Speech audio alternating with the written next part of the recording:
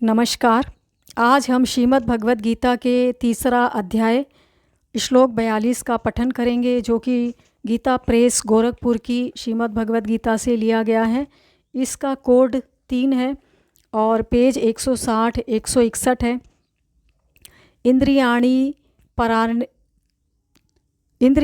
पराण्याहुरिन्द्रियेभ्यः परम मनः मनसस्तु परा बुद्धिर्यो बुद्धेः परतस्तु सः। इंद्रियों को स्थूल शरीर से परे यानी श्रेष्ठ, बलवान और सूक्ष्म कहते हैं। इन इंद्रियों से परे मन है, मन से भी परे बुद्धि है, और जो बुद्धि से भी अत्यंत पर है वह आत्मा है। इंद्रियां स्थूल देह को चाहे जहाँ ले जाती हैं, अतः उससे बलवान हैं और चेतन है।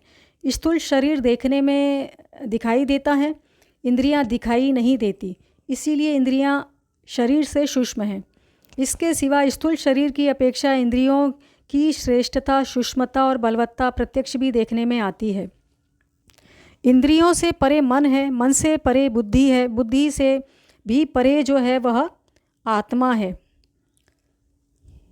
और यह जो आत्मा है यही परम गति है। यहाँ भगवान ने यह बताया है कि जो हम असल में हैं वह शरीर नहीं है। शरीर, मन, इंद्रियों, बुद्धि से भी परे हम आत्मा हैं। तो इसी को जानना ही जो है वो परम गति है, यही लक्ष्य है मनुष्य जीवन का। भगवान ने इंद्रियों की अपेक्षा मन को और मन की अपेक्षा बुद्धि को शक्तिशाली बताया है, यानी परे बतलाया है, श्रेष्ठ बतलाया है, सूक्ष्म और बलवान बतलाया है। मन और इंद्रियां मिलकर बुद्धि को अपने अनुकूल बना लेती हैं और फिर ये सब मिलकर जो है वो आत्मा को भी अपने अधीन कर लेती हैं। परंतु वास्तव में तो इंद्रियों की अपेक्षा मन और मन की अपेक्षा बुद्धि और सबकी अपेक्षा आत्मा ही बलवान है। तो जो अपने को जान लेता है कि मैं आत्मा हूँ, परमात्मा की संतान हूँ, तो वह अपने मन पर और इंद्रियों पर भी विजय प्राप्त कर सकता है, उनको नियंत्रित कर सकता है।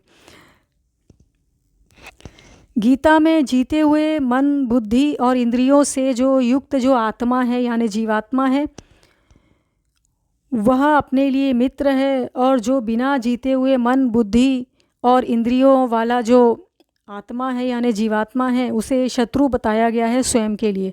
मन पर विजय पाना, इंद्रियों पर विजय पाना, बुद्धि को भी परमात्मा के मार्ग में लगाना, ये बहुत ही एक श्रेष्ठ कार्य है जीवन के लिए। हमें मनुष्य जीवन में ये कार्य जरूर करना चाहिए ताकि मनुष्य जीवन सफल हो। अब अध्याय 3 का श्लोक 43। एवं बुद्धेः परम बुद्ध्वा सनिस्तभ्यात्मानमात्मना जहि शत्रु महाबाहो काम रूपम दुरासदम। अर्थ है, इस प्रकार बुद्धि से पर अर्थात सूक्ष्म, बलवान और अत्यंत श्रेष्ठ आत्मा को जानकर और बुद्धि के द्वारा मन को वश में करके, हे महाबाहो, तू इस काम रूप दुर्जय शत्रु को मार डाल। अर्जुन को बता रहे हैं भगवान, लेकिन ये हमारे लिए भी है। यह बताया है कि मनुष्य का जो ज्ञान है वो हमेशा से अज्ञान के द्वारा ढका हुआ है। इस कारण से जो मनुष्य है अपने को नहीं जानता, अपने आत्म स्वरूप को नहीं जानता कि असल में मैं परमात्मा का अंश आत्मा हूँ, और वह यह भी नहीं जानता कि आत्मा सर्वश्रेष्ठ होते हुए सर्वश्रेष्ठ है। वह भूल जाता है कि वह आत्मा है, और इसी अपनी शक्ति को भूलकर वह काम रूप वैरी के वश में रहता है, यानी काम के रूप के वश में हो जाता है, क्रोध के वश में हो जाता है, लालच के वश में हो जाता है। यदि आत्म स्वरूप को समझ लिया जाए, अपने असल स्वरूप को समझ लिया जाए, तो जो कारण है हमारी अधोगति का, पाप जिनके द्वारा पाप होता है, राग, द्वेष, काम, क्रोध, इन सब का नाश अपने आप ही हो जाएगा। जैसे ही ज्ञान उदय होगा तो अज्ञान का नाश हो जाएगा।